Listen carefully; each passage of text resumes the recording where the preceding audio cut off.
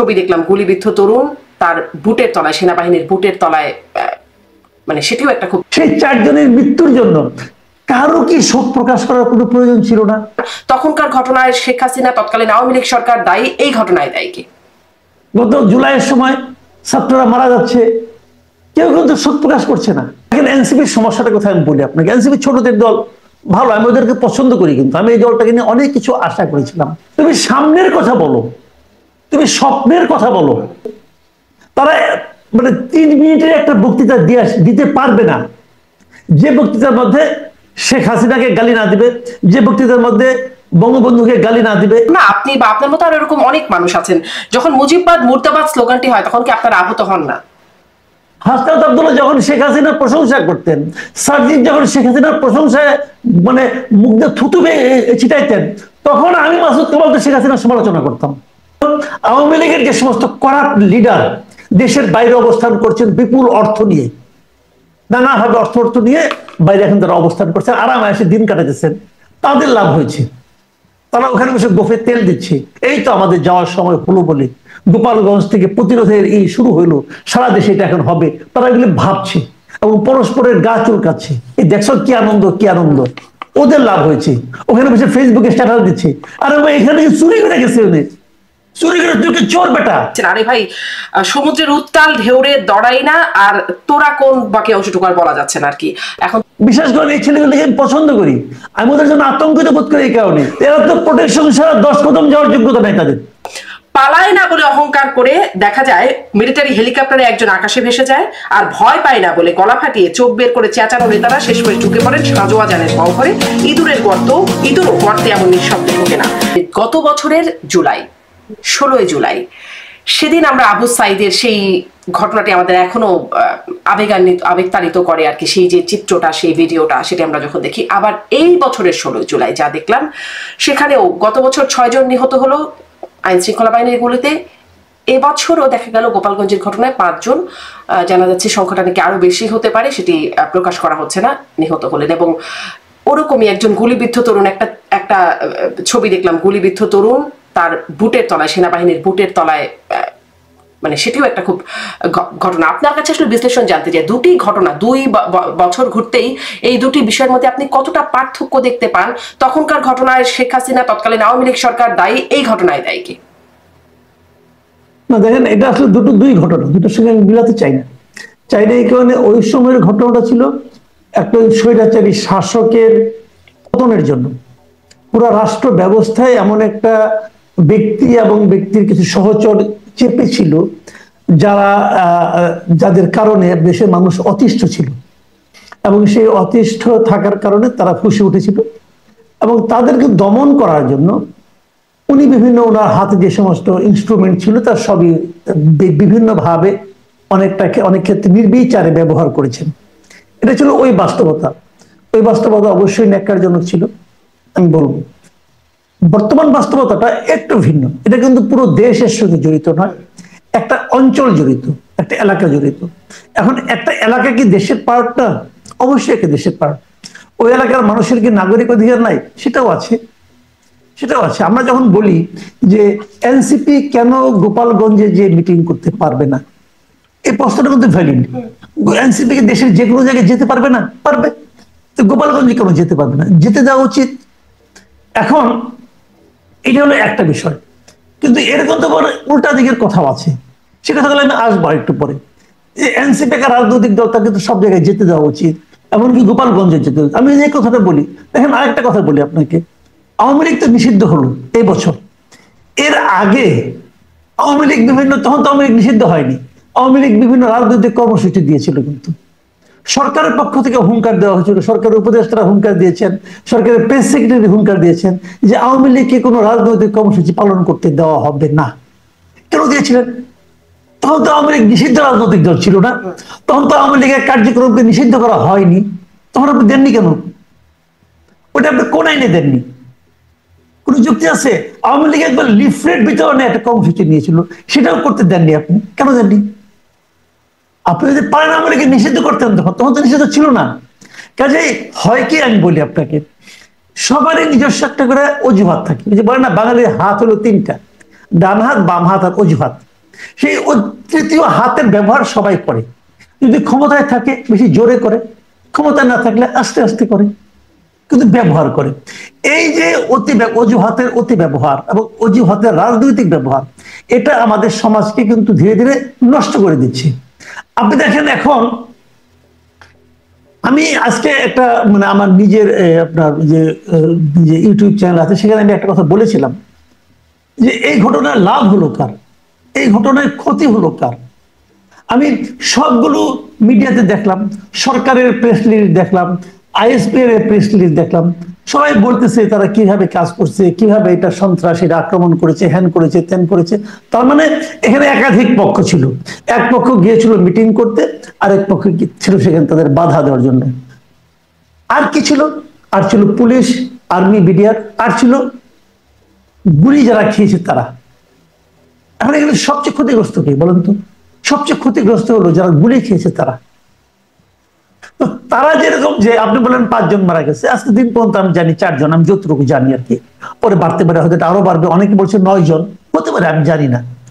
কিন্তু যে 4 জন মারা গেছে, আমি 4 জনকেই ধরি, সেই 4 জনকে দেশের নাগরিক না?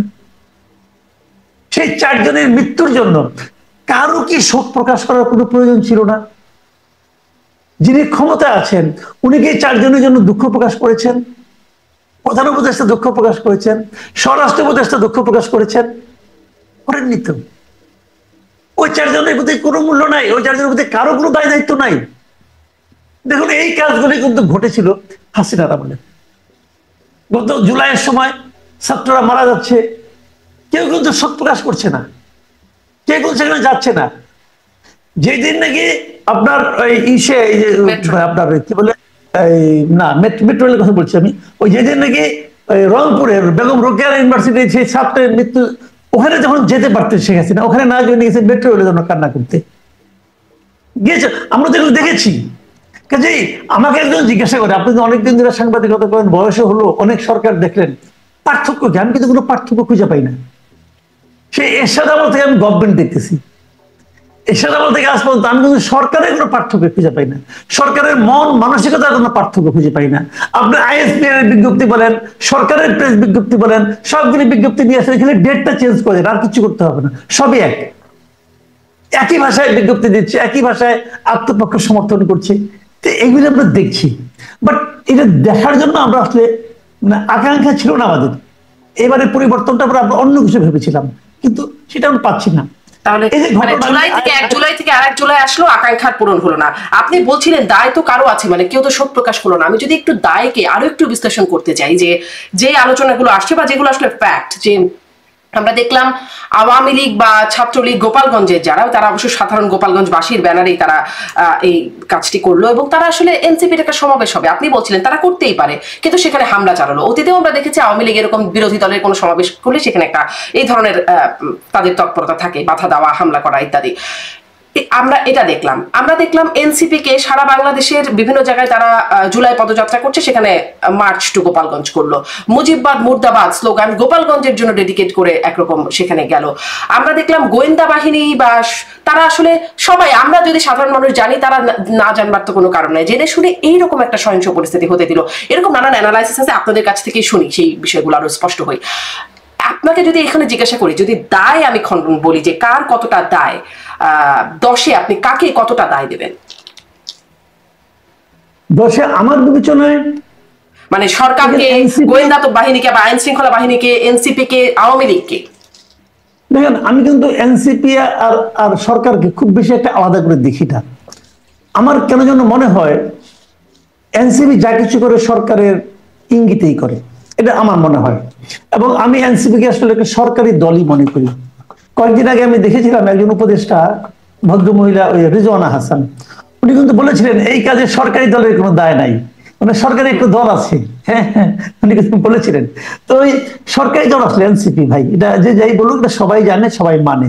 কারণ সরকারি একটা এনসিপির একটা পার্টি একটা মিটিং করতে যাবে, যাই জন্য এখন নিবন্ধন হয় নাই, তাদের নিবন্ধনের প্রাথমিক আবেদনপত্র বাতিল হয়ে গেছে, এবং তাদেরকে বলছে আরো এই শর্ত পূরণ করতে হবে। মানে নিবন্ধন কিভাবে করতে হয় তারা তাও জানে না, নিবন্ধনের আবেদনপত্র বাতিল হয়ে গেছে রে ভাই, তাদের আরো কতগুলো শর্ত করতে বলছে।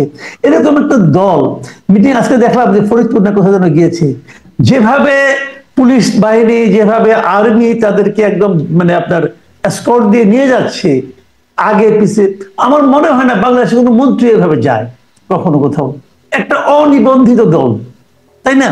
আচ্ছা, এবং সেটাও বড় কথা না, বড় কথা হলো তাদের যে কথাবার্তাগুলো আমার কাছে মনে হয় না যে খুব ভদ্র কথাবার্তা তারা বলে। আজকে দেখলাম হাসনাত আব্দুল্লাহ কোনো একটা প্রোগ্রামে, মাদারীপুর কি নাম শিওর না, কোনো একটা প্রোগ্রাম উনি বলছেন যে শেখ মুজিবের জন্মস্থানে দাঁড়িয়ে মুজিববাদ মুর্দাবাদ বলে এসেছি। তার মানে কি ওনাদের অর্জনটা কি এটা কিন্তু উনি বলে দিলেন। আসলে এইটুকু বলার জন্য ওরা ওখানে গিয়েছিল, যেন পরে বলতে পারে যে শেখ মুজিবের জন্মস্থানে দাঁড়িয়ে মুজিববাদ মুর্দাবাদ উনি বলে এসেছেন। দেখেন এনসিপির সমস্যাটা কোথায় আমি বলি আপনাকে। এনসিপি ছোটদের দল, ভালো, আমি ওদেরকে পছন্দ করি, কিন্তু আমি এই দলটাকে নিয়ে অনেক কিছু আশা করেছিলাম। আমি ভেবেছিলাম এই দলটা আমাদের একটা তৃতীয় একটা দলের যে আকাঙ্ক্ষা আমাদের সাধারণ মানুষের মধ্যে যেটা ছিল চাহিদা, সেই চাহিদাটা তারা পূরণ করবে। আনফরচুনেটলি তারা পারে নাই। তারপরে এই দলের অনেক লিডারের সঙ্গে আমার ব্যক্তিগত পরিচয় আছে, আমি তাদেরকে পার্সোনালি পছন্দ করি এই কারণে যে এই বয়সে তারা তো অনেক সাহসের পরিচয় দিয়েছে এবং তারা অনেক বড় বড় কাজ যেটা নাকি বড়রা করতে পারে না তারা সেটা করেছে। কিন্তু তারা, আমি একটা বেসিক কথা বলি, তারা একটা বড় কাজ এবং অনেক নাটক আছে, তারপরে আমি বলবো তারা কাজটা তো করেছে। তারা কিন্তু গণচাঁদার জন্য একটা নিয়ম করেছে, একটা ওয়েবসাইট করেছে, এটা পাবলিক করে দিয়েছে যে আমি এখানে গণচাঁদা নিচ্ছি। আমি যদি এখন বিএনপিকে 5 টাকা দিতে চাই, আমার কিন্তু দেওয়ার কোনো ওয়ে নাই। মানে বিএনপি সাধারণ মানুষের চাঁদা কিন্তু নেয় না, বিএনপি খালি বড় লোকের চাঁদা নেয়, এই পার্টিটা ছোটদের চাঁদাও নেয়। এগুলি ভালো, এগুলি বেসিক পরিবর্তন, আমি তাদেরকে পছন্দ করি। কিন্তু এদের কথাবার্তা না লাগামহীন, যে সমস্ত কথা তারা বলে এই কথার ওজনও বোঝে না, এই কথার আফটার ইফেক্ট তারা কতটুকু সামাল দিতে পারবে সেটা বোঝে না। আপনি আমাকে বলেন, আপনি যে কথাটা বলেন শুরুতে, সারা দেশে হলো জুলাই পদযাত্রা, গোপালগঞ্জের জন্য মার্চ টু গোপালগঞ্জ হয়, এর মধ্যে এক ধরনের কিন্তু আপনার এটা কি বলবো আমি, আপনার এক ধরনের উস্কানি আছে বলে আমি মনে করি। ওখানে তারা গেল, যে তারা মুজিববাদ মুর্দাবাদ বললো। মিটিং শেষ হওয়ার পরে মিটিং এর চেহারা যদি দেখেন আপনি, আমি ওই সময় একটা লাইভ দেখছিলাম, মিটিং এর সামনে 10 জন লোক ছিল কিনা সন্দেহ, খালি মঞ্চ তারা ছিল একা একা কথা বলছে, নিজেরা বলছে, নিজেরা শুনছে, হয়তো ক্যামেরার জন্য বলছে। তো বলছে শেষ হয়ে যাওয়ার পর এই হাসনাত আব্দুল্লাহ স্লোগান দিছে মুজিববাদ মুর্দাবাদ। যতক্ষণ মিটিং চলছে ততক্ষণ কোনো অ্যাটাক হয়েছে? হয় নাই তো। আচ্ছা, এখন আপনি মুজিববাদ মুর্দাবাদ কথাটা বললেন কোথায়? এনসিপির একটা সমস্যা দেখবেন, আপনি হাসিনার সমালোচনা করেন, আমার কোনো সমস্যা নাই, কারণ হাসিনা তো আসলেই চোখের সামনে আমরা দেখেছি যে স্বৈরাচারী শাসন কায়েম করেছিলেন, আমাদের ভোটাধিকার কেড়ে নিয়েছিলেন উনি, কিন্তু সত্য, কাজে এতে খুব থাকতেই পারে। কিন্তু আপনি যখন মুজিববাদের কথা বলছেন, বঙ্গবন্ধু মারা গেছে 75 সালে, এদের জন্ম হয় না 75 সালে, জন্ম হয় নাই, তখন তারা উনি কেমন ভাবে দেশ চালিয়েছেন সেটা কোথায় জেনেছে? কোনো না কোনো বই দেখে জেনেছে, কোনো না কোনো ইতিহাস পড়ে জেনেছে। সেই ইতিহাসটা কার লেখা? বাংলাদেশের স্বাধীনতার ইতিহাসই লেখা হয়েছে 3 ভাবে। একটা লেখছে, আপনি জানেন, গোলাম আজমের একটা বই আছে সোনার বাংলা নামে আছে, ওনারাও এক ধরনের ইতিহাস লিখেছেন। আপনি আওয়ামী যার বুদ্ধিজীবী আছে তারাও এক ধরনের ইতিহাস লিখেছেন, বিএনপি মধ্যে বুদ্ধিজীবীরা তারাও এক ধরনের ইতিহাস লিখেছেন, বামপন্থীরা তারাও এক ধরনের ইতিহাস লিখেছেন।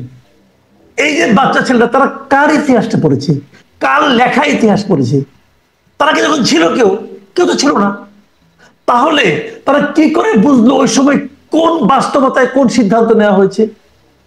তারা বঙ্গবন্ধুর সমালোচনা করতে চায়, করুক, পৃথিবীর কোন ব্যক্তির সমালোচনার ঊর্ধ্বে না।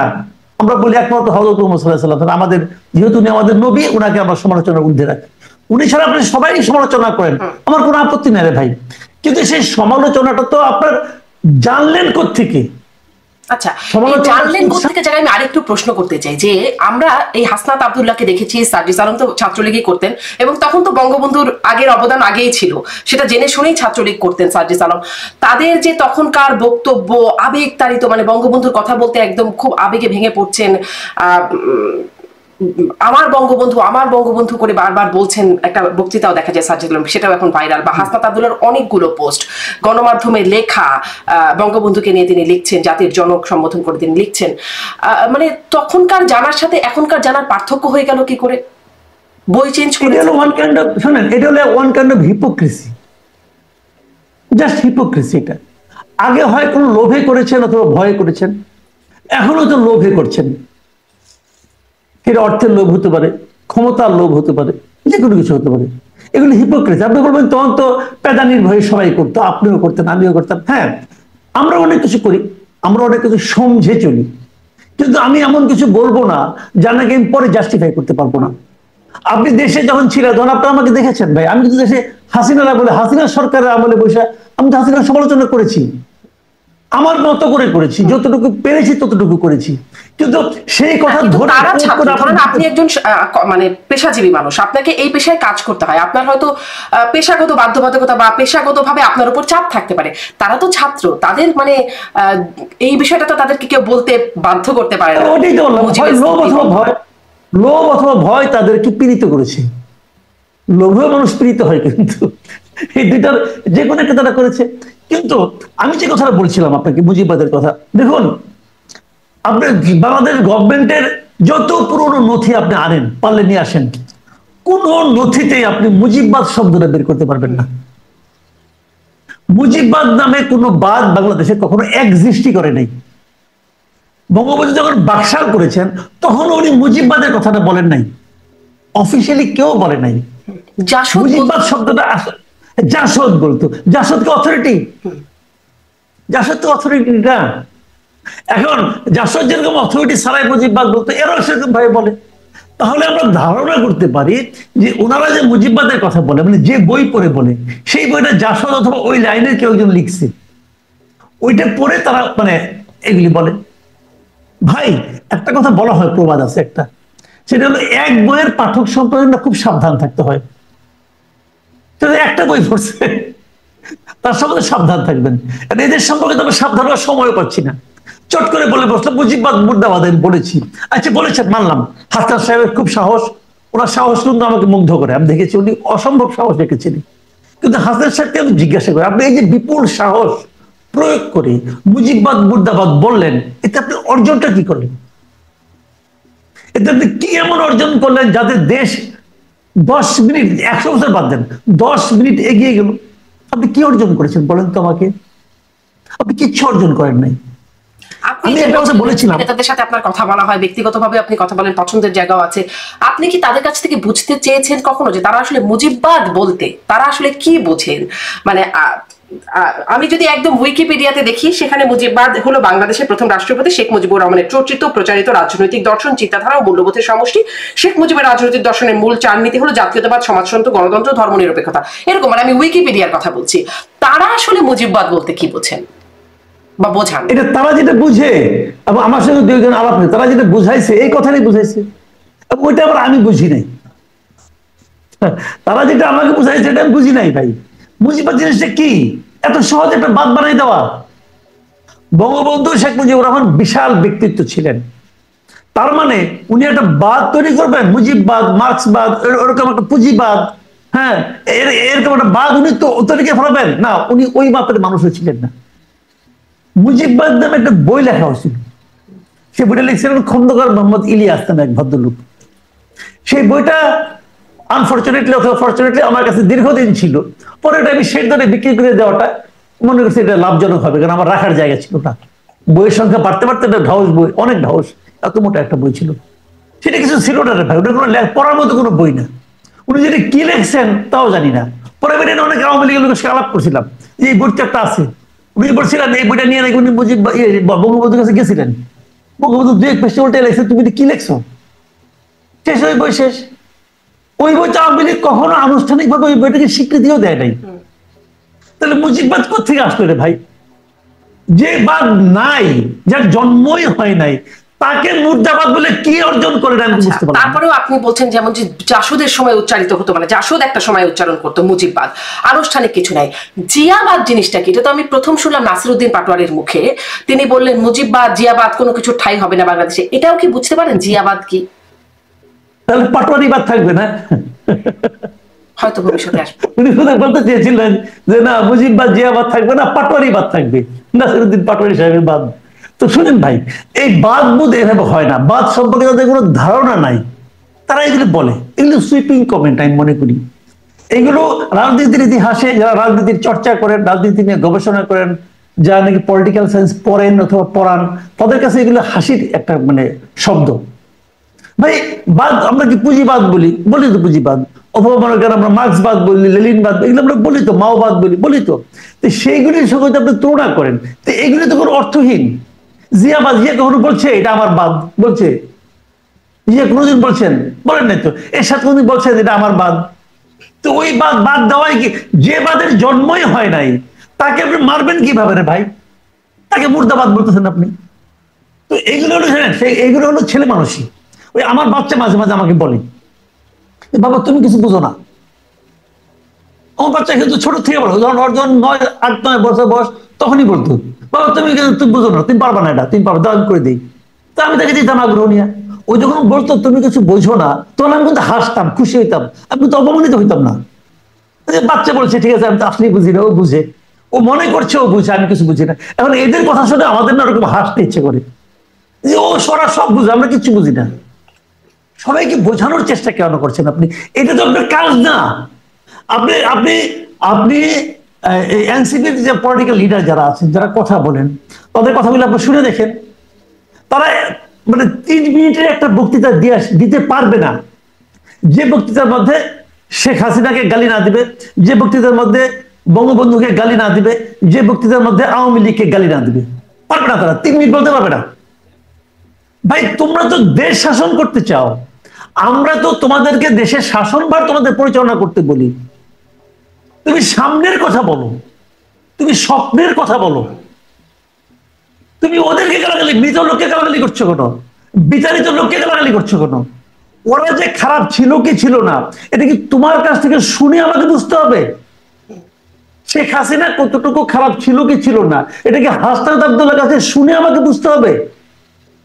হাসনাত আব্দুল্লাহ যখন শেখ হাসিনার প্রশংসা করতেন, সার্জিৎ যখন শেখ হাসিনার প্রশংসায় মানে মুখ দিয়ে থুতু ছিটাইতেন, তখন আমি মাসুদ কামাল শেখ হাসিনার সমালোচনা করতাম।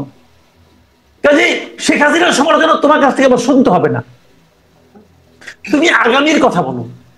আমরা যারা বুড়া টোরা আছি, আমরা পুরানের কথা বলবো, তোমরা ইয়াং, তোমরা আগামীর কথা বলো আমাদেরকে।